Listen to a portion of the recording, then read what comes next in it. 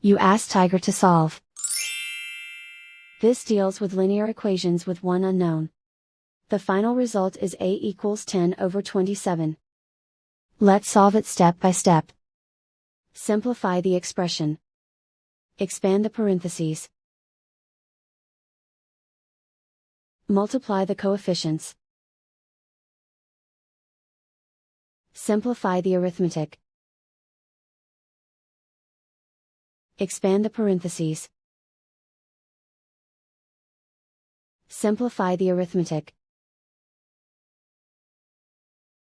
Group all constants on the right side of the equation.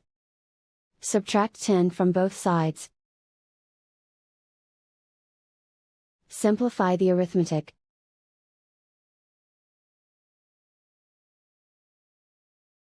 Isolate the a. Divide both sides by -27. Cancel out the negatives. Simplify the fraction. Cancel out the negatives. And so the final result is a equals 10/27.